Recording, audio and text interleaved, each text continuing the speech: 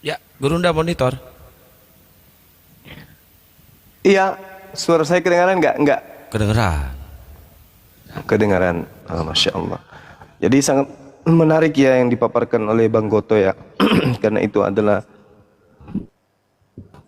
keadaan secara histori, memang keadaannya kayak gitu. Nah sekarang ini apa yang tertulis di dalam Matius 24 itu tidak bisa dipungkiri karena itu pengakuan Yesus. Namun saudara-saudara boleh bertahan, boleh, karena itu iman saudara, harus mati-matian mempertahankan itu. Tapi apakah kemudian saudara-saudara ingin mati dalam keadaan iman yang justru bertolak belakang kemudian dengan pengajaran Yesus itu sendiri? Di situ kan jelas dikatakan sebab Kristus palsu. Apa maksudnya Kristus palsu itu? Artinya Yesus palsu. Dan nabi-nabi palsu. Apa maksudnya nabi-nabi palsu? Yesus palsu mengutus utusannya yang palsu. Dan itu tentu seorang nabi, tapi palsu. Nabi pasti memiliki kitab, pasti memiliki kemudian surat-surat, pasti memiliki pengajaran, pasti memiliki ketetapan-ketetapan, karena dia seorang nabi. Nah sekarang, apakah anak Maria pernah mengajarkan kitab Lukas? Kitab Roma, Galatia, Filipi? Apakah Yesus anak Maria pernah mengajarkan itu? Tidak pernah. Ketika Yesus berkata di dalam Yohanes 17 nomor 3, nomor 8, segala firman yang engkau berikan kepadaku semuanya telah aku sampaikan. Semuanya telah aku sampaikan. Dan muridku percaya bahwa engkaulah yang telah mengutus aku. Di antara semua firman yang Yesus sampaikan kepada murid-muridnya, adakah surat Lukas? Adakah Markus? Adakah Matius? Adakah Yohanes? Adakah Roma? Adakah Galatia? Adakah Filipi? Adakah Timotius di sana? Adakah Efesus di sana? Tidak ada kan? Berarti ini semua yang muncul di tangan Kristen ini adalah perkataan-perkataan baru yang tidak diucapkan oleh Yesus itu sendiri. Roma, Galatia, Filipi dan seterusnya itu ucapan-ucapan baru yang bukan berasal dari anak Maria, tetapi berasal dari Yesus Kristus yang membisikkan kepada Paulus untuk menuliskan 13 buku tersebut. Artinya tidak ada kekuatan bagi Kristen untuk membuktikan bahwasanya yang datang kepada Paulus itu adalah Yesus anak Maria. Karena kenapa? Matius 24 itu kan diawali, berilah tanda. Bagaimanakah tanda kedatanganmu? Yang kedua, Yesus menjawabnya, kedatanganku yang kedua seperti kilat yang menyambar dari timur sampai ke barat. Kedatanganku yang kedua, seluruh manusia akan melihat aku di atas awan-awan di langit. Itu tanda kedatanganku yang kedua. Apakah itu sudah terjadi? Belum terjadi. Artinya kata Yesus di dalam Matius 24-nya ini, di data nomor 23 dan seterusnya. Jadi apabila ada orang berkata ada Yesus di sini, ada Yesus di sana, ada Yesus di padang gurun, ada Yesus dalam bilik, jangan kau percaya. Karena tanda kedatanganku tidak kayak begitu. Tanda kedatanganku itu seluruh manusia di atas muka bumi akan melihat aku di atas awan-awan di langit. Jadi semua yang mengaku pernah bertemu Yesus tertolak kalau percaya kepada Yesus. Kalau Anda percaya kepada Yesus, maka semua manusia yang pernah mengaku bertemu Yesus tertolak demi kebenaran apa yang diucapkan oleh Yesus. Karena Yesus berkata, tanda kedatanganku adalah seluruh manusia akan melihat aku di awan-awan di langit. Seluruh manusia, bukan cuma Paulus in the gang, tetapi seluruh manusia. Artinya apa? Di data Matius 24, 22, 23, 24, 25 dan seterusnya, Yesusnya membatalkan semua Yesus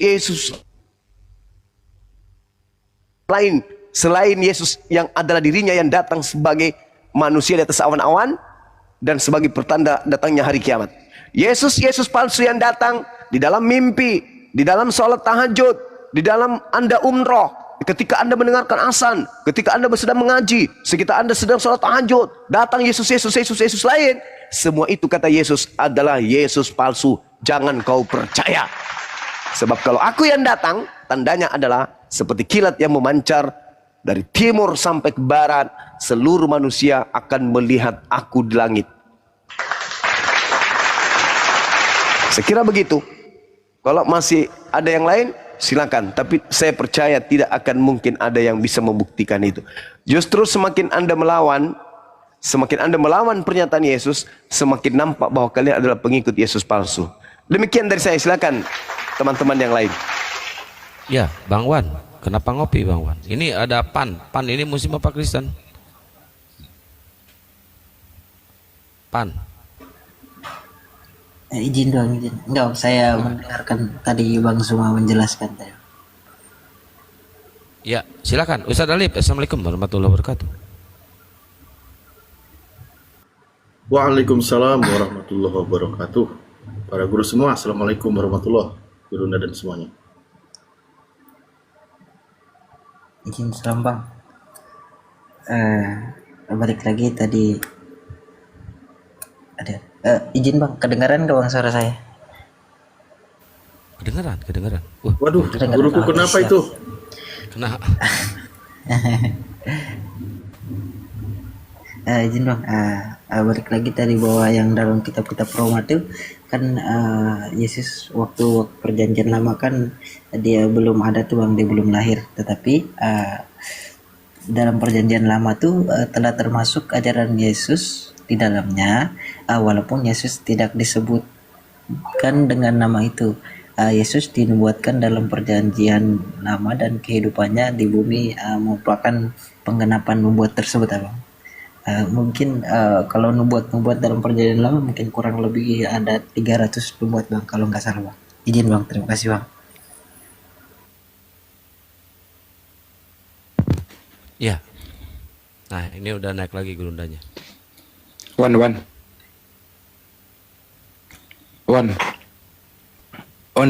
Siap Bang. Cek. Maju. Kok nggak ada suara? Siap. Dia Bang.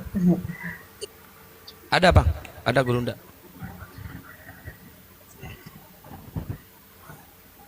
Nah, nggak ada lagi. Iya Bang. Bentar, Bang Wan. Itu gerunda lagi benerin perangkat. Siap Bang, siap. Sinyal. Oh, sinyalnya. Sinyal gerunda keganggu. Mungkin Ustadz Alif mau menambahkan dulu sambil nunggu Coba. gerunda. Sedikit ke Wan. Siap Bang. Menurut kamu, dengerin baik-baik ini pakai akal ya. Siap Bang. Yang mati di tiang salib itu orang baik atau orang jahat? Orang baik Bang. Orang baik. Boleh nggak membunuh orang baik? Nggak boleh sih Bang secara hukum. Nggak boleh. Berarti yang harus dibunuh itu orang baik atau orang jahat? Tetapi balik lagi Bang, karena dia bunuh karena sesuai dengan Jangan dulu ke apa situ. yang Jangan dulu ke situ itu aja. Jadi menurut Siapa kamu yang Yesus yang dibunuh di tiang salib itu Yesus baik atau Yesus jahat? Yesus baik karena dia sebagai penebusan Bang. Jadi boleh bunuh anak orang yang baik. Karena menggenapi tujuannya datang ke bumi Bang. Oh ya. Demi mencapai tujuan lah, hajar aja ya, mau baik mau nggak dihajar ya gitu ya. Lanjut lagi dah. Supaya orang melihat pengorbanan kasih karunia Tuhan Udah bagus, kepada silakan manusia. diambil alih dulu sebentar.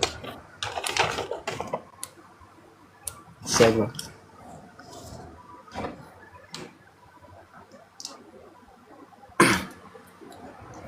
Karena dia mati di kayu salib supaya menghadapi firman-firman serta nubuat-nubuat yang menubuatkan bahwa akan seorang anak manusia akan datang, akan memberikan kasih Tuhan dan sampai mengorbankan dirinya demi keselamatan manusia Bang. Izin Bang, terima kasih Bang.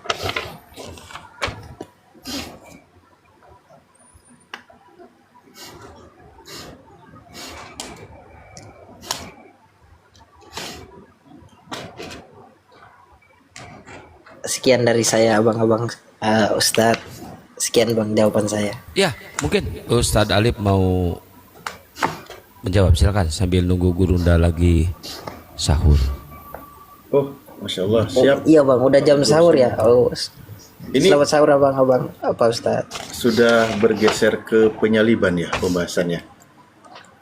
Padahal kalau kita buka kitabnya bahkan merujuk kepada nubuatan, di situ sebenarnya kalau Anda cocokkan untuk Yesus, maka sebenarnya Yesus itulah manusia yang diselamatkan, bukan yang mati digantung pada kayu salib. Contoh, ketika ada ayat di Mazmur 91 di mana di situ Yesus hanya menontonnya dari kejauhan. Yesus tidak mungkin sampai ditumbak perutnya. Jangankan ditumbak, terantuk oleh batu pun Tuhan akan mengutus malaikatnya untuk menantangnya gitu. Tidak sampai terantuk oleh batu. Kan gitu. Itu penjelasannya di dalam Perjanjian Lama. Dan di dalam kitab Perjanjian Lama sendiri yang dibahas bahwa orang yang mati digantung pada kayu salib itu adalah orang yang dikutuk oleh Tuhan. Nah, kalaulah demikian, yang dikutuk oleh Tuhan, orang yang digantung pada kayu salib, maka tidak mungkin Yesus manusia yang terkutuk dan dikutuk oleh Tuhan. Sementara Tuhan sangat mengasihi Yesus. Kan gitu logikanya. Ini menunjukkan kepada sosok lain. Ada sosok lain yang mati digantung pada kayu salib. Karena kalau Yesus, artinya Tuhan tidak menyayangi Yesus. Coba dipikir oleh akal sehat. Dipikir oleh akal sehat. Bahkan di dalam Amsal juga dijelaskan, orang fasik menjadi pengganti orang benar. Itu di dalam Amsal. Ketika Yesus orang benar, mestinya diganti hukuman itu oleh orang fasik. Karena Yesus orang benar. Kata Yesus, jikalau Elohim adalah Bapakmu, kamu akan mengasihi aku. Berarti Yesus itu harus dikasihi, bukan dibunuh. Bagaimana mengasihi Yesus? Tentu mendengarkan ajarannya, ikuti ajarannya, kan gitu. Itu kalau engkau bertuhan yang benar, kata Yesus. Tapi Kristen malah mengimaninya dengan cara terbalik. Mengapa justru Yesus orang yang benar yang harus mati terkutuk digantung pada kayu salib? Padahal berdasarkan ayatnya ketika Yesus digantung pada kayu salib, Yesus sedang dikutuk oleh Tuhan. Tapi anehnya diyakini juga sebagai Tuhan. Makin gak ketemu secara akal sehat.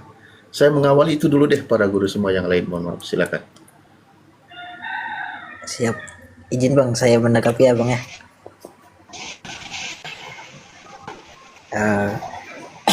Izin diterima. Tentang penyalib. Siapa bang? Ya, tanggapi aja. Oh siap bang. Kalau tentang penyaliban, itu balik lagi ke tujuan utama Tuhan mengutus Yesus ke dunia sebagai pewartaan kasih setianya, perbuatan belas kasihannya, sayangnya Tuhan kepada manusia sampai mengorbankan putranya sendiri ya bang. Jadi lewat penyaliban Tuhan membuktikan bahwa kasih setianya tidak habis pada nubuat-nubuat, pada penyembuhan-penyembuhan, pada pengajaran-pengajarannya. Dia membuktikan bahwa pengorbanan dan kasih setianya sampai rela mengorbankan putranya sendiri di kayu salib.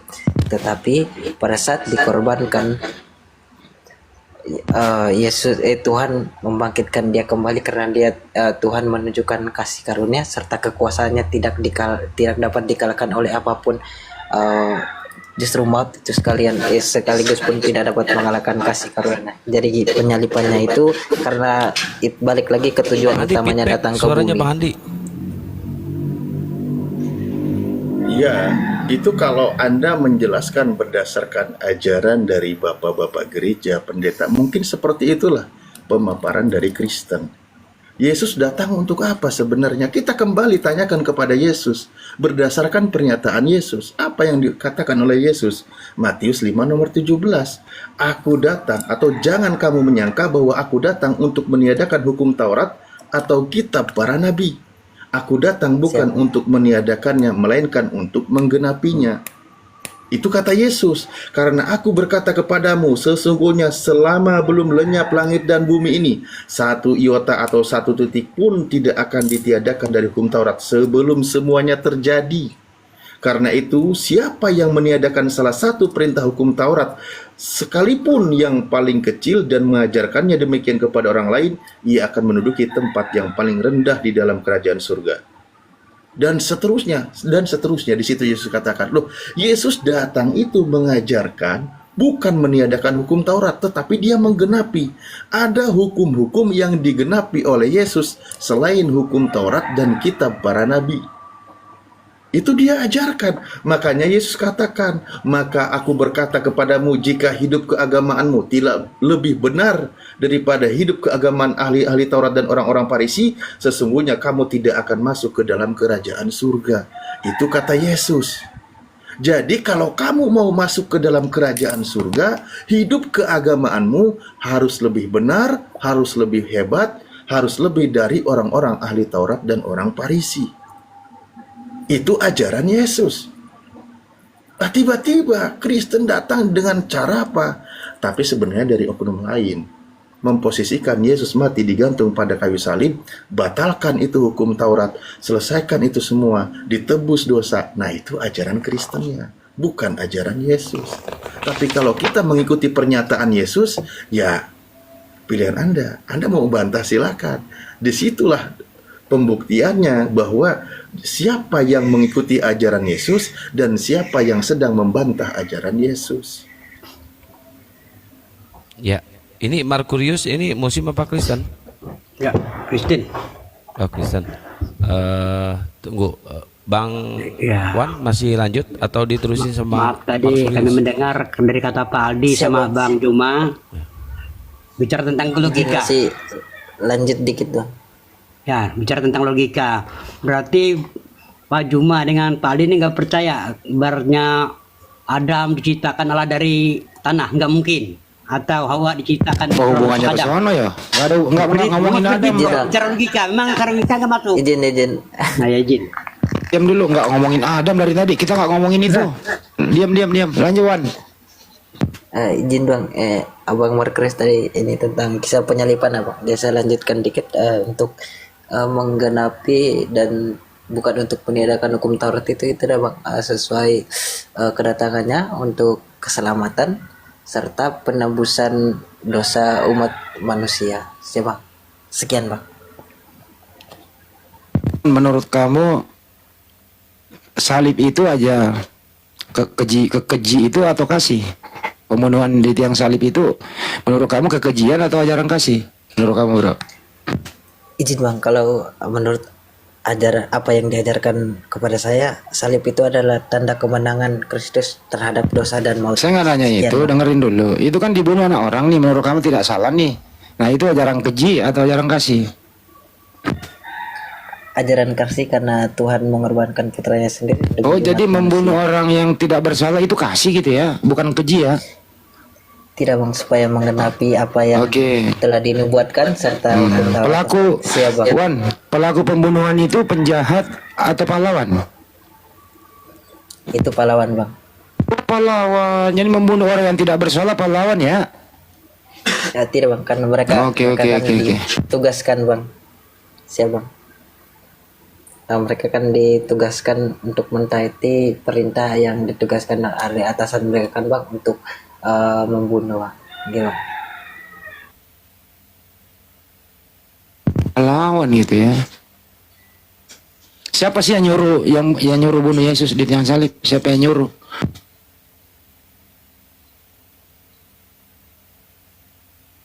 Wan, siapa yang nyuruh bunuh Yesus di tiang Siapa? salib? Atas perintah atasan kaisar Bang. Dia terhasut oleh orang-orang yang memang tidak mau menerima ajaran pada masa itu, sehingga mereka anggap bahwa Yesus itu penyesat. Nah, maka mereka lebih untuk membunuhnya Bang. Terima kasih Bang. Bukan itu pertanyaannya. Siapa yang nyuruh? Siapa yang perintahkan bunuh Yesus di tiang salib?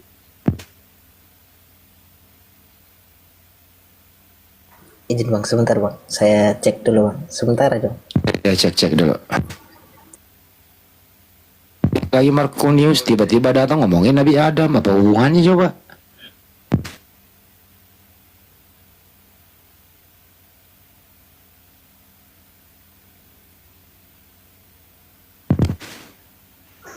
Tapi kalau tadi Wan ini ngomong loh, Yesus itu tidak bersalah tapi boleh dibunuh.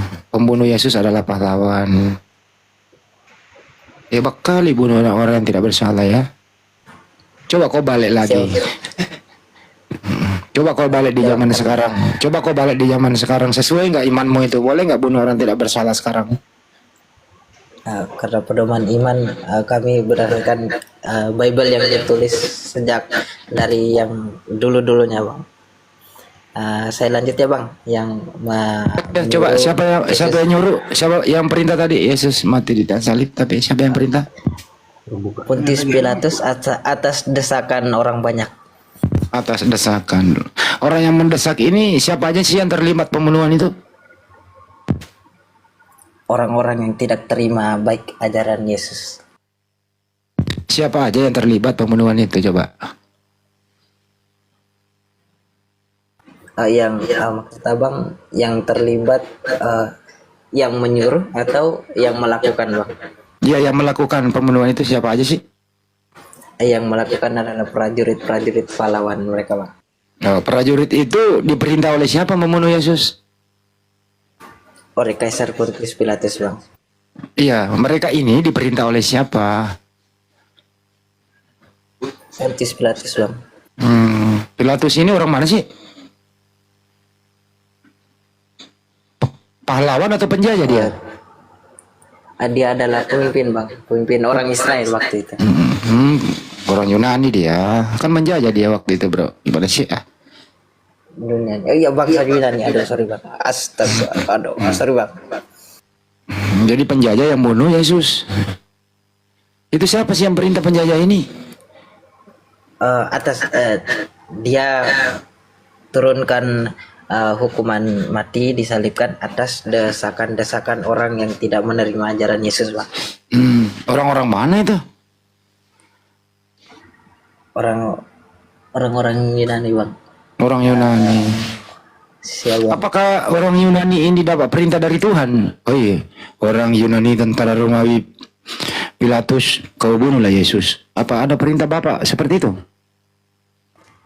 Bukan perintah Bapak, tetapi itulah supaya dapat digenapkan hukum Taurat dan kisah kasih penyelamatan Tuhan kepada manusia. Kalau bukan perintah Bapak, perintah siapa itu? Bunuh anak orang tidak bersalah. Karena sudah dibuatkan sedemikian rupa supaya menggenapi juga hukum-hukum Taurat sesuai apa yang disampaikan. Siapa yang membuatkan? Siapa yang menubuatkan itu? Para nabi abang. Nabi siapa menubuatkan bunuh anak orang? Banyak bang di perjanjian lama bang. Hebat kali itu nabi ya. Ya karena membuatkan supaya ada kisah keselamatan umat manusia dari dosa. Apakah ada nggak peran iblis di situ bro? Iya, peran iblis begitu besar sehingga dapat mempengaruhi orang-orang tidak menerima ajaran Yesus pada zaman itu. Siapa? Iblis yang mempengaruhi mereka nih sehingga dia membunuh orang ya. Coba karena mereka tidak menerima ajaran apa yang disampaikan oleh ajaran Yesus. Oh jadi bukan perintah Bapak, kemauan iblis kau gitu, Wan. Bang, karena gitulah bang, alur dari kisah kedatangan dan keselamatan umat manusia ada nggak, dari dosa. Wan, ada nggak ajaran iblis yang baik? Jahat semua bang. Jahat semua. Berarti termasuk membunuh anak orang itu jahat juga ya? Iya bang, jahat. Jahat. Berarti bukan perintah Bapak, nggak boleh bunuh orang yang tidak bersalah. Hanya iblis yang mempengaruhi orang supaya berbuat jahat, termasuk bunuh orang di salib, begitu ya? Gimana? Asia bang, tapi balik lagi dia supaya mengedepan penebusan umat manusia terhadap dosa dengan matinya Yesus di kayu salib bang. Sekian bang. Hebat kali itu iblis ya. Siapa bang? Itu iblis memang kuat, goda aja sampai Hawa saja tergoda. Itu memang iblis. Kalau kita ikut iblis, aduh, rusak. Dia bang. atas jasa iblis kau percaya tuh menebus dosamu? Gimana?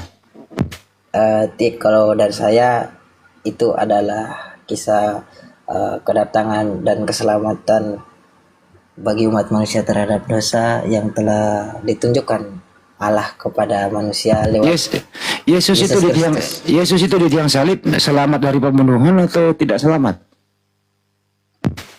Kenapa bang? Yesus Itu soalnya Ye- sorry. Yesus di tiang salib itu selamat dari pembunuhan atau tidak selamat?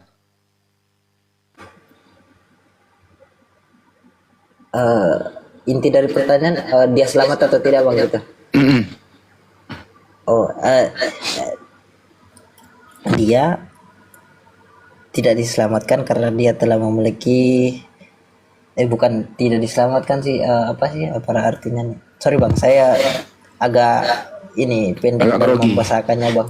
Berarti Oke, Bang. Soalnya kalau berarti itu, salah kalau berarti Tuhanmu di tiang salib mati atas Siapa pengaruh kalau- iblis, tidak ditolong oleh Enggak, Bang. Kalau- jadi Tuhanmu mati di tiang salib karena perlakuan iblis, nggak ditolong oleh Tuhan yang Bapa itu, nggak ditolong sama dia, betul? siapa? Balik lagi, Yesus itu bukan Tuhan bang, dia utusan bang. Sekian. Oh, jadi Tuhanmu bukan Yesus. Ya, Tuhan saya adalah Tuhan yang mengutus Yesus ke bumi. Yesus bukan Tuhan, tapi dia adalah utusan dari Tuhan. Yang menembus dosamu siapa? Tuhan bang, lewat penyaliban Yesus Lah, Kristus. ya kan yang mati bukan Tuhan. Jadi yang menebus dosamu siapa? Yesus mati sebagai pengorbanan Tuhan yang begitu besar, kasih karunia yang dia sayang sekali dengan umat manusia sehingga dia rela mengorbankan putranya Iya, sendiri yang iya, bukan jadi Tuhan. artinya yang menebus dosamu manusia karena manusia yang mati, betul? Bukan bang, karena balik lagi kepada tujuan utama Yesus datang ke bumi bang, itu bang, Tujuannya datang untuk apa sih Yesus itu? menunjukkan kasih karunia Tuhan dan menunjukkan kasih karunia Tuhan serta menunjukkan pengorbanan Tuhan yang begitu besar kepada umatnya lewat Yesus Kristus utusannya. Tujuannya datang untuk dibunuh gitu? Bukan untuk dibunuh tetapi menunjukkan keselamatan lebih tepat Pak. Siapa? Tapi kenapa dia dibunuh kalau tujuannya nggak dibunuh? Enggak kan lebih tepatnya gini bang, bukan tujuannya untuk dibunuh tetapi tujuannya untuk menunjukkan kasih sayang Tuhan yang begitu besar oh, sampai berarti- mengorbankan putranya. Berarti iblis yang menggagalkan tujuannya, iblis yang menggagalkan supaya dia dibunuh kan? Dia mati kemauan iblis tadi, betul? Karena balik lagi bang, karena desakan tuh Bang. Orang-orang yang tak Iya, mau menerima kan. tuh ajaran. Ya kan dirasuki semua oleh iblis tadi, karena iblis kan berbuat jahat.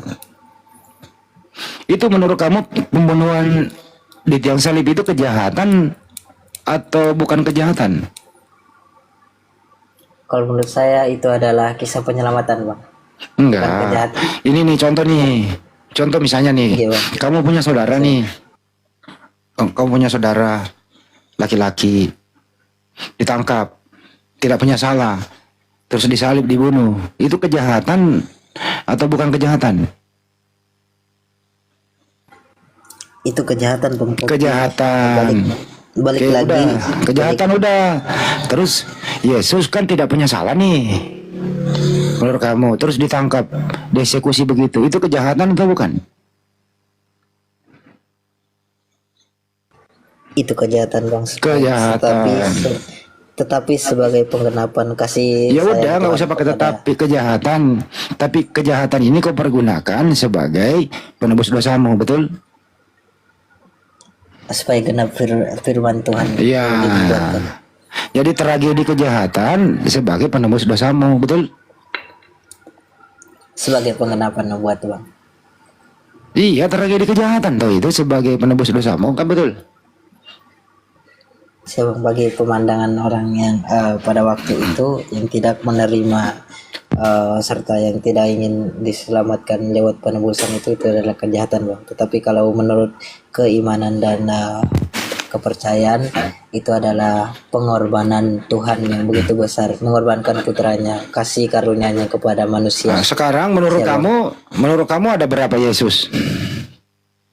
Ada satu Yesus yang turun dan diutus. Yang mana itu yang Yesus asli? Orang baik atau orang jahat? Orang baik bang. Boleh nggak bunuh orang baik? Nggak boleh, tapi sebagai penggenapan. Iya, kalau nggak boleh, ntar dulu. Kalau nggak boleh bunuh orang baik, berarti yang mati orang Yesus jahat. Siapa Penggantinya begitu. Siapa bang, secara hukum bang, tapi pada zaman itu kan hukum tidak terlalu ini, sehingga terjadilah pembunuhan itu bang. Dan itu berdampak pada nubuat, penggenapan nubuat serta hukum-hukum Taurat bang. Sekian bang. Terus dikubur berapa hari itu? 3 hari bang. Yang bangkit dari kubur siapa? Yesus, utusan Tuhan. Ya, yakin loh. Yakin bang, karena tertulis pada Bible.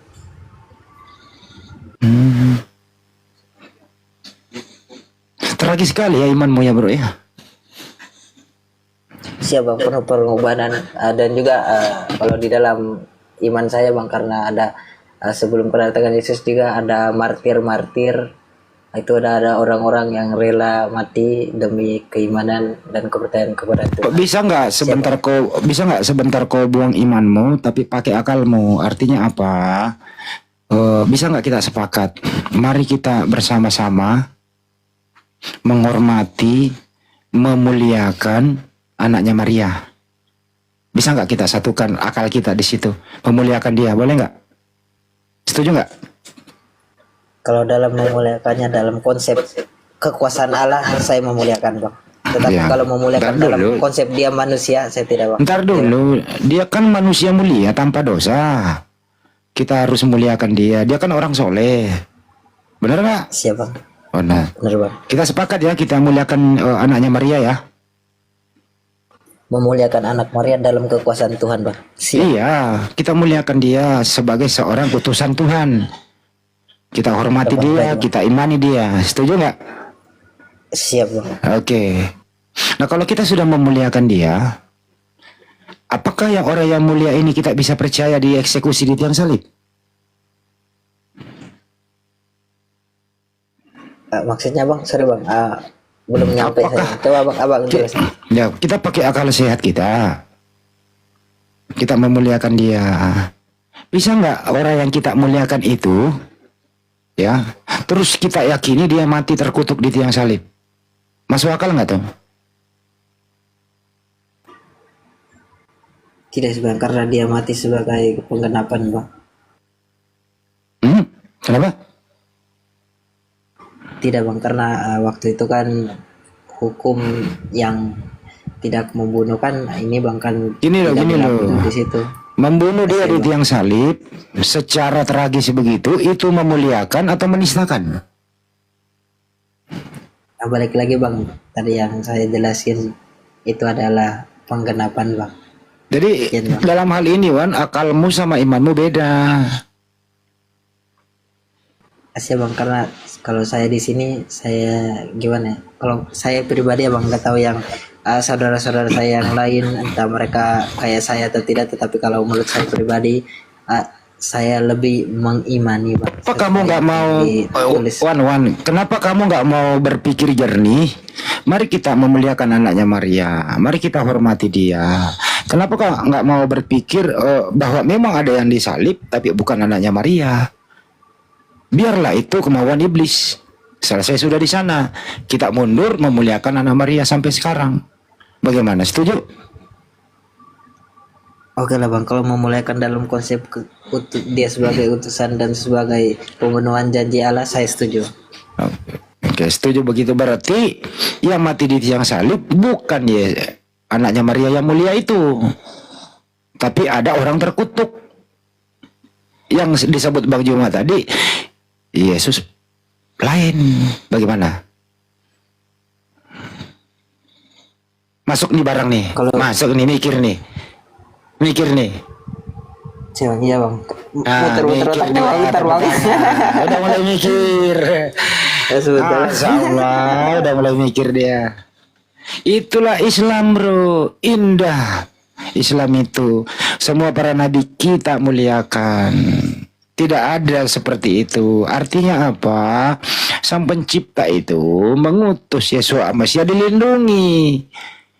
Dia berdoa, dilindungi, diterima doanya. Dia orang soleh. Jadi yang mati terkutuk di tiang salib, ya, yang dibabat oleh tentara Romawi itu bukan anaknya Maria. Yang dikubur bangkit kembali minta ikan goreng, bukan anak Maria. Yang ketemu Paulus di Damsik, bukan anak Maria, ada Yesus lain.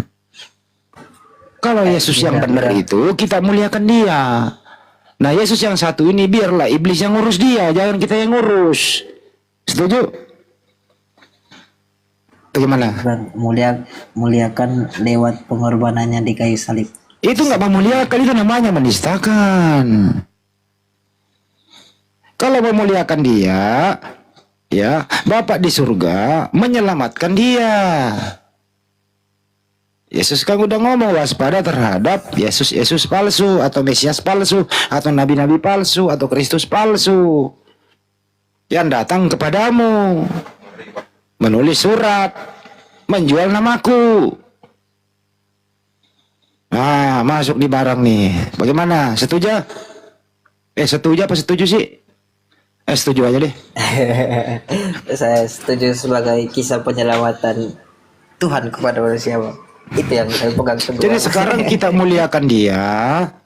Sekarang Yesua Mesias itu, ya, nabi utusan Tuhan yang mulia. Diselamatkan oleh yang menciptakan dia. Kemudian yang mati terkutuk itu, ya itulah yang itu dimaksud Banyumat tadi. Jangan kau percaya itu. Biarlah itu diurus oleh iblis. Mereka nanti bersama-sama di neraka. Kembalilah kau pakai akalmu supaya nanti kau nyaman ketemu Yesua Mesias. Bagono ceritanya. Masuk nih barang nih.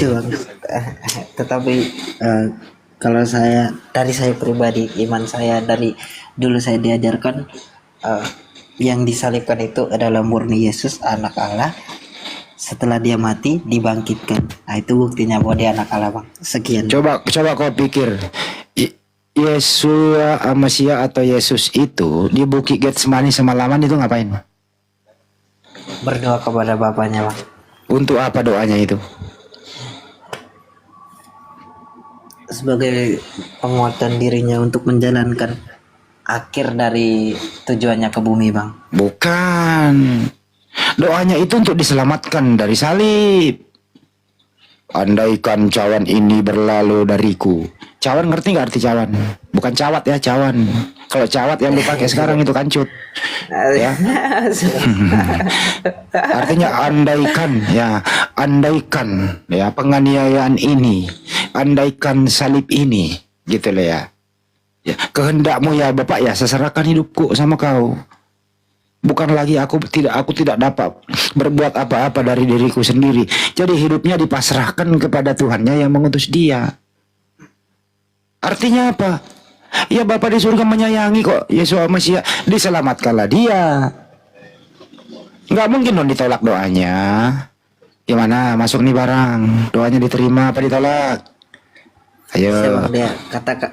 Dia berkata, biarlah cawan ini lalu daripadaku. Bukan menurut kehendakku tetapi menurut kehendakmu. Kehendak Bapa inilah pengorbanannya di kayu salib sebagai penebusan dosa, tetapi setelah itu dia bangkit sebagai mana ada kehendak Bapak membunuh Yesus yang tidak bersalah. Kan nggak boleh bunuh orang tidak bersalah, tadi kita sepakat dari awal. Gimana sih lu?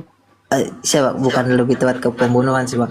Lebih tepatnya kalau dari saya sih, Bang, itu adalah pengorbanan.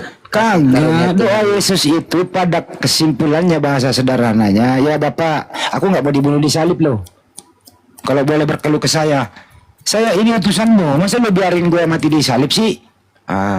Kata Bapak, ya, tidak boleh membunuh orang yang tidak bersalah. Itu jawabannya Yesus. Lu tenang aja di situ. Kamu nggak bersalah. Kamu utusanku. Itu jawaban doanya. Jadi yang dibunuh di tiang salib siapa? Ayo. Itu Yesus sebagai bentuk pengorbanan, Bang. Ya, kalau dalam hal ini imanmu terlalu jauh, merusak akalmu, bro, serius. rusak Tidak akalmu. apa-apa. Akalmu di Saya- sini, akal dan imanmu bertentangan di sini, bro. Serius. Cuk, tetapi kalau saya bang, saya lebih mengedepankan iman saya bang. Balik lagi kepada siapa saja terserah, nggak mau terima. Gua kasih terima. analogi. Tetapi Gua kasih gua Siap, kasih Bang. analogi. Lu penguasa, gitu ya. Terus lu punya anak kesayangan. Terus ada orang menulis surat untuk menebus dosa umat manusia. Anaknya Bang Wan kesayangannya ini harus disalib untuk menebus dosa. Kau biarkan atau kau membela? Silakan.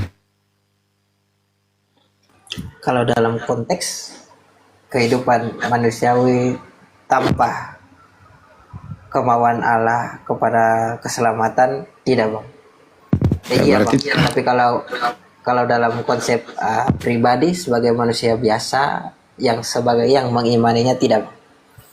Berarti kamu tidak akan pernah membiarkan anakmu dieksekusi di tiang salib demi menebus dosa orang, kan begitu? Betul? Sih bang, kalau secara manusiawi bang. Kalau Ya memang secara kita akalnya manusia. Memang kita manusia ini harus berakal. Lu jangan tertumpu sama iman yang dipengaruhi tadi orang-orang yang kerasukan iblis berbuat kejahatan. Jangan rusak akalmu dengan rayuan iblis, bro. Ini akalmu saya mau olah ini pagi. Gimana? Tidak bang, soalnya sudah dipertegaskan bahwa aku datang sebagai mengenapi hukum-hukum Taurat bang. Hukum-hukum Nah, Taurat. terakhir sebelum saya sahur. Sebelum saya Siap sahur. bang, siap bang. Ini, Iya bang. menurut kamu masuk akal nggak membunuh orang yang tidak bersalah? A, masuk akal. B, tidak masuk akal. Konteksnya pada zaman Yesus atau sekarang? Ya Yesus dulu, Yesus di tiang salib aja. Kalau sekarang mah nggak mungkin lah. Lu 340 itu lu nanti kena hukuman seumur hidup. Kalau nggak lu kena juga hukuman mati. Masuk akal nggak membunuh seseorang, utusan Tuhan, anak kesayangan Bunda Maria? Masuk akal nggak dia mati terkutuk di tiang salib menebus dosa orang? Masuk akal atau tidak? Siapa bang, dia bukan mati terkutuk sebagai penebusan abang. Tolong bang, dia mati sebagai penebusan. Ada tuh, Bang. Tolong. ada Galatia 3 nomor 13. Ada mati terkutuk itu. Kristus telah menebus kita dari kutuk hukum Taurat dengan menjadi kutuk karena kita. Sebab ada tertulis terkutuklah orang yang digantung di tiang salib. Lu kagak pernah baca itu? Kagak pernah baca ya? Dia bang. Tidak bang, tapi balik lagi bahwa segala sesuatu yang Coba lu baca dulu nih terjadi Galatia. Coba pada lu baca zaman dulu. itu. Coba lu baca dulu Galatia 3 nomor 13. Galatia 3 Nomor 13. 13 ya bang. Iya, baca dulu. Bentar bang, saya buka dulu bang ya. Ini anak ini lawan akalnya nih.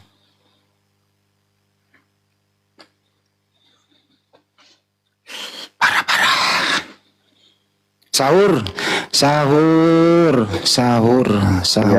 Biasa itu anak awam ditanya kiri kanan, kasihan dia. Sahur. Kenapa ya Pak Salikin? Saya bilang kasihan itu anak awam ditanya. Ya kita sih nggak maksa dia bang. Kita mau olah akalnya aja. Tapi kita Coba tanya. terserah dia aja. Coba Hah? tanya saya. Coba tanya saya sampai mencertanya saya. Emang kamu Kristen ya? Kristen bosku.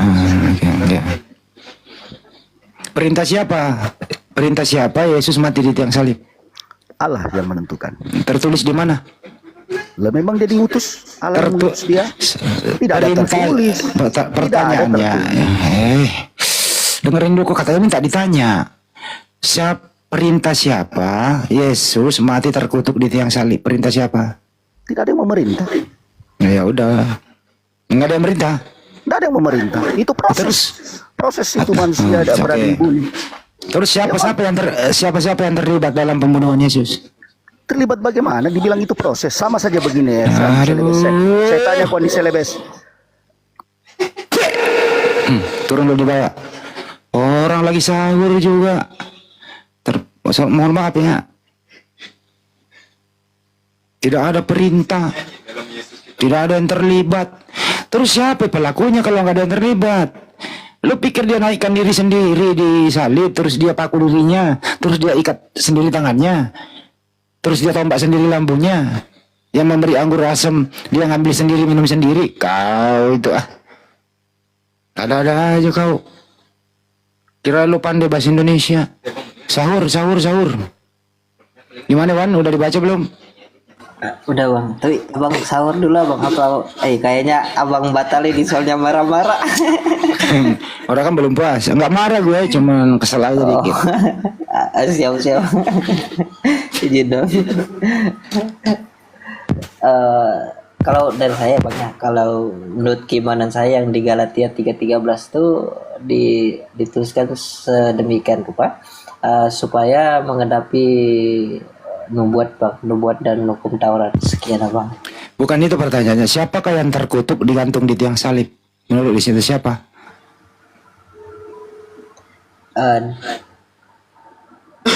Karena Buset. penggenapannya bang. Masa lu kutuk? Supaya pendengar.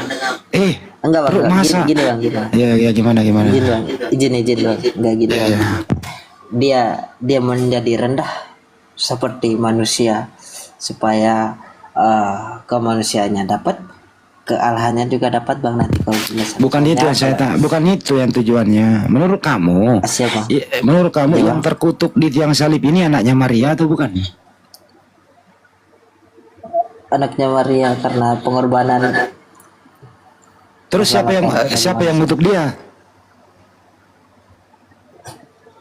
Para orang yang tidak menerima ajalannya pada waktu itu abang. Sekian bang. Pengutuk itu iblis atau bukan pengutuk? Iblis bang, kalau kutuk-kutuk Yesus yang datang membuat kasih karunia Tuhan tuh kutuk. Pengutuk itu kerjaan iblis atau kerjaan Tuhan? Kutuk. Kalau seorang manusia pada zaman itu mengutuk, berarti dia itu kalau itu dia ini bang. Ajaran apa tadi bang? Ya, iblis bang. Pengutuk itu kerjaan iblis atau perintah Tuhan? Kalau soal kutuk-kutuk dalam kitab suci bang, saya belum terlalu memahami sih bang, mohon maaf bang. Kalau soal kutuk, Lu baca tadi ada orang terkutuk digantung di tiang salib. Siapa itu? Masa lu tega sih? Masa lu tega iyain si anaknya Maria, anaknya kesayangannya Maria, utusan Tuhan? Masa lu tega sih mengatakan dia terkutuk di tiang salib? Kalau dari saya bang, yang disalibkan asa menunjukkan sifat kemanusiaan yang diutus, tapi pada saat itu mau nggak kamu pakai akalmu ini? Mau nggak kamu pakai akal sehatmu? Bahwa memang ada yang dikutuk, memang ada yang dikutuk iblis di tiang salib, tapi bukan anaknya Maria. Anaknya Maria orang soleh, orang baik, orang mulia. Mau nggak kau pakai akalmu di situ? Kalau saya pakai akal saya, berarti yang penebusan Tuhan Yesus mati di kayu salib, berarti itu bukan penebusan bang. Kalau akal yang lain masuk ke dalam saya bang, mana bang? Oh berarti imanmu bertentangan dengan akalmu gitu ya? Gitu ya Wan ya? Imanmu bertentangan dengan akalmu, ya udah selesai. Sahur. Sahur abang, sahur. Selamat sahur abang. Atau gantian, aku mau sahur dulu. Gantian Bu Mendamina. Ya, lanjut. Bang Nandi. Gantian ya. Ini sebenarnya dia ini sudah mau login, cuma masih keimanannya belum bisa dia tanggalkan kalau diskusi. Sebenarnya kalau kamu tinggalkan keimanan, karena kita nggak bahas iman, itu pasti bisa login, bisa clear otaknya itu, bisa terang, bisa ngerti yang dimaksudkan Bang Nandi. Makasih Bunda Mia. Kadang akalnya baru fungsi, kadang enggak. Coba Ustaz Ali yang kerja, coba bisa nggak kebalikin akalnya dia konsisten? Silakan Ustaz. Izin dulu Bang. Sebelum karena mulai Bang Goto, maaf. Ini dulu dong, Iwan Villa follow dulu dong. Tap layar buat yang di atas, narasumber yang di atas nih. Sudah dari tadi berapa jam ya udah ya, Akang? 6 jam kali udah di atas ya. Tolong ringankan jempolnya. Bantu follow ya. Terima kasih. Nanti kita bikin kuis, bikin apalah 50.000 satu orang untuk 10 sampai 15 orang setiap hari. Oke? Lanjut Bang Boto. Oke, saya masuk sedikit dulu. Jadi begini Bang Wan ya. Kalau kita bicara penyaliban, Bang Wan harus mengerti dulu itu apa itu salib. Salib itu Bang, itu dari dua simbol. Yang pertama simbol Mesir kuno, yang kedua itu simbol Babilonia. Salib itu adalah simbol kesengsaraan, bukan simbol keselamatan. Kalau abang bilang ya, yang tergantung di kayu salib itu menggenapi hukum Taurat, itu betul. Tapi pertanyaannya yang menggenapi itu apakah nabi asli atau nabi palsu? Kan jelas sekali sebenarnya nubuatan dalam perjanjian lama, kitab Tanak ya, bahwa yang tergantung di kayu salib itu adalah nabi palsu, bukan nabi asli. Jelas sekali itu, abang bisa buka. Coba abang punya Bible situ, Kak. Baca dulu Yohanes 19:30. Kita mulai dari situ ya, pelan-pelan karena waktu saya tinggal 5 menit. Bang Wan, dibuka mute-nya Bang. Coba buka dulu Bang. Siap Bang. Ini saya Ya, coba buka ya. Yohanes 19:30 ya, kalau saya tidak salah penggenapannya ya. Coba buka dulu Bang. Bentar Bang ya. Siap Bang. Pelan-pelan ya, kita pelan-pelan ya. Supaya ya. Jadi salib itu simbol simbol kesengsaraan, bukan simbol keselamatan ya. Kita lihat siapa yang tergantung di kayu salib di atas itu. Kan sudah berkali-kali saya jelaskan bahwa nubuatan kitab Yahudi yang tergantung di kayu salib itu nabi palsu, bukan nabi asli. Tidak ada cerita, tidak ada nubuatannya nabi asli yang tergantung di salib. Kalau nabi asli yang tergantung di salib, semua orang Yahudi sudah percaya sama Yesus. Mereka itu orang-orang pintar. Realitanya mereka menguasai dunia karena mereka orang pintar. Jangankan hanya kitab suci mereka selidiki ya. Teknologi mereka kuasai. Itu yang perlu Anda pelajari. Saya sudah pernah bilang, ilmu histori itu harus dijawab dengan ilmu eskatologi. Kapan ilmu histori itu tidak dijawab dengan ilmu eskatologi, berarti terjadi pembelokan sejarah. Terjadi kesalahan sejarah, terjadi hoax dalam sejarah. Kan begitu. Begitu mungkin ya. Sudah dapat Bang Wan dibaca ya. Saya kasih contoh ya. Sudah. Siap Bang. Sudah dibaca. Sudah. Nah, apa bunyinya Bang?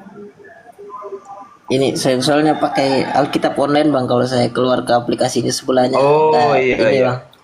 Jadi di situ Yesus mati minum anggur asam ya. Betul. Betul ya? Cuka Bang.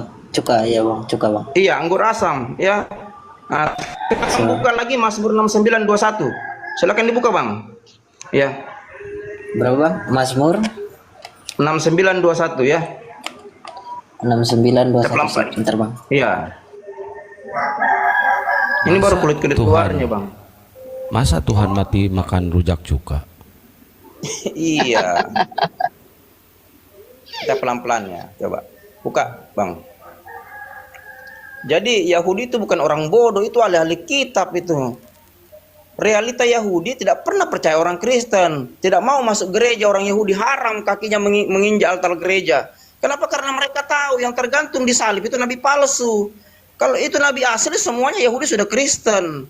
Itu realita, itu ilmu eskatologi yang menjawab ilmu histori 2000 tahun lalu tuh.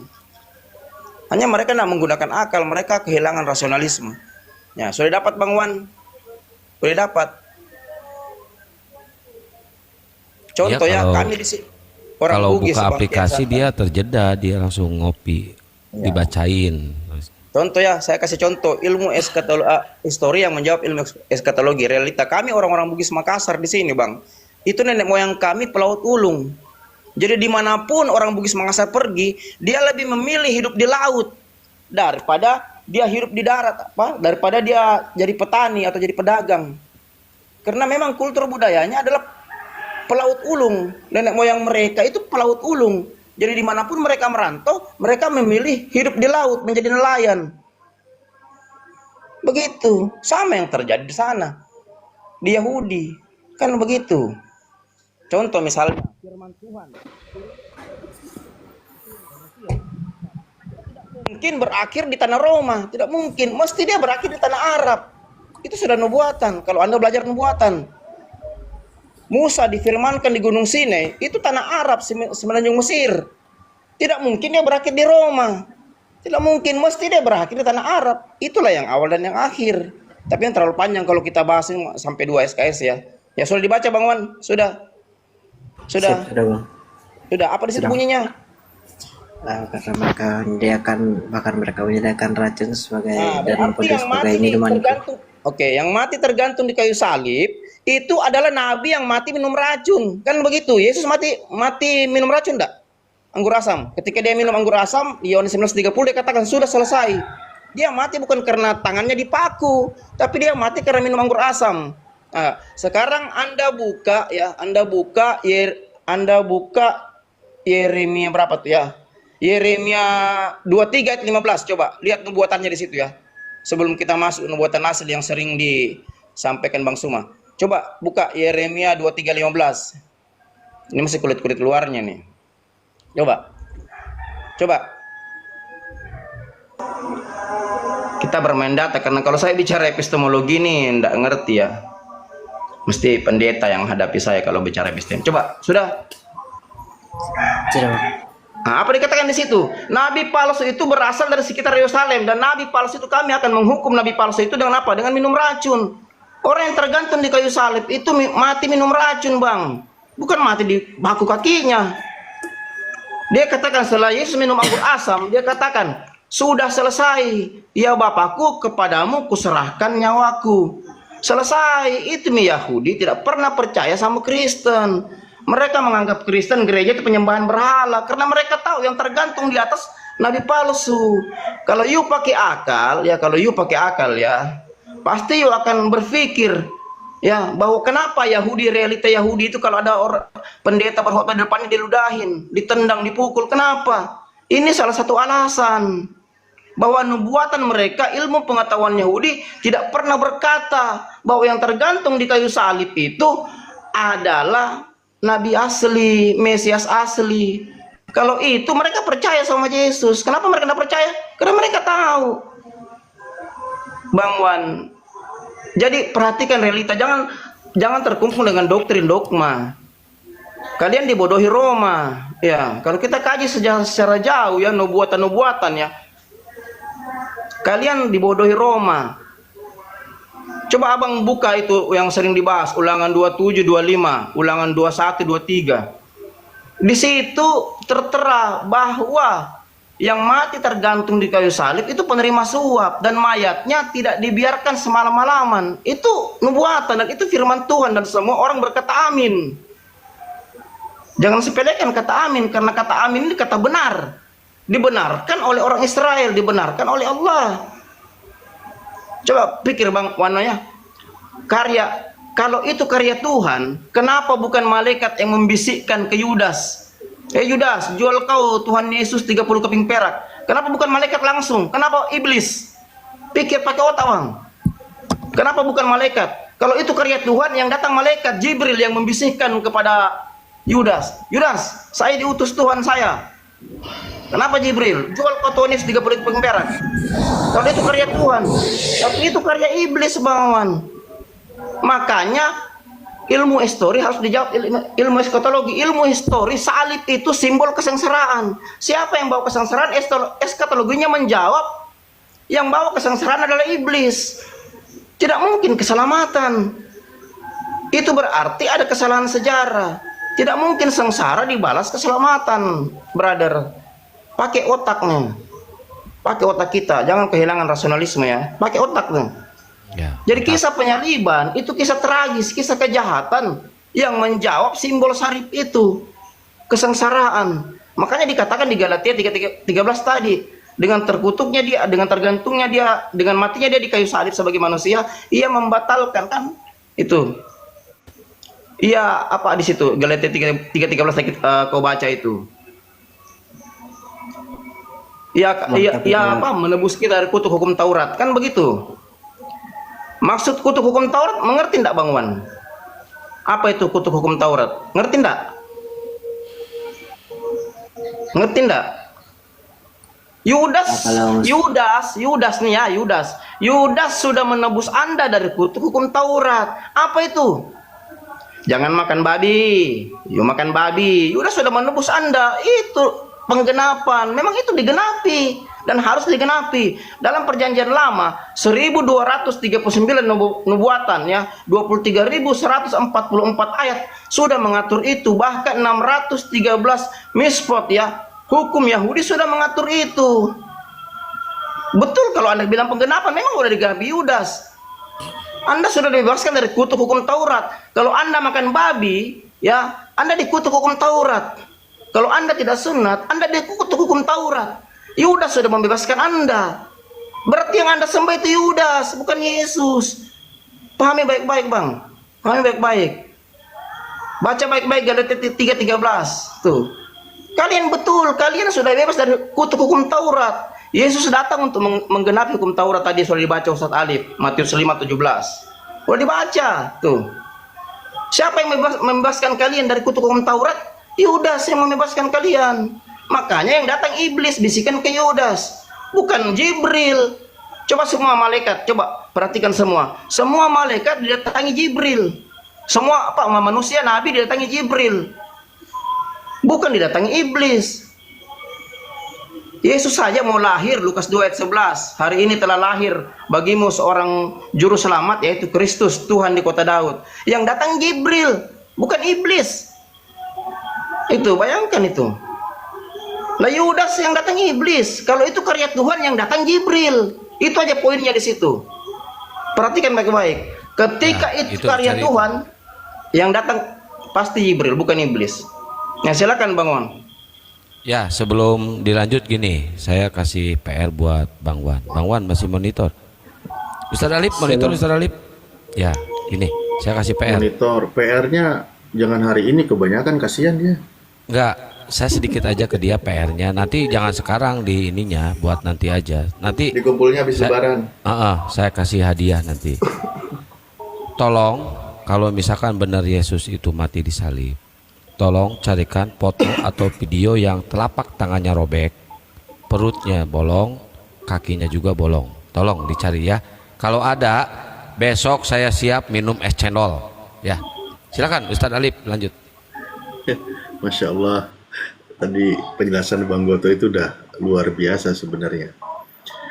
Ngobrol sama Bang One ini pendekatan-pendekatan yang logis, dan gunakanlah akal sehat itu Bang One. Sudah banyak tadi diskusi, pemaparan, penyampaian dari kawan-kawan kami, dari guru kami itu mengajak Anda berpikir secara logis. Benar tadi itu, kalau memang itu dari Tuhan, mestinya yang datang itu adalah malaikat, bukan iblis. Coba kita pelan-pelan lagi ya, sedikit contoh nih. Ketika Yesus mengajarkan dalam hal pengabulan doa, kan Yesus berkata, mintalah maka akan diberi, ketuklah maka akan dibuka, kan gitu kata Yesus kan? Sampai dia katakan, apa di ayat berikutnya? Adakah seorang daripadamu yang memberi batu kepada anaknya jika ia meminta roti, atau memberi ular jika ia meminta ikan? Jadi, jika kamu yang jahat tahu memberi pemberian yang baik kepada anak-anakmu, apalagi Bapakmu yang di surga, ia akan memberikan yang baik kepada mereka yang meminta kepadanya. Kan gitu. Tuhan akan memberikan yang baik ketika seorang hamba meminta kepadanya. Jelas kan? Nah, bagaimana peristiwanya Yesus? Yesus ketika di Taman Getsemani, bunyi ayatnya tertulis di kitab Anda. Maaf. Maka ia maju sedikit, lalu sujud dan berdoa. Kata Yesus, ya Bapakku, jikalau sekiranya mungkin, biarlah cawan ini lalu daripadaku. Tetapi janganlah seperti yang ku kehendaki, melainkan seperti yang engkau kehendaki. Yesus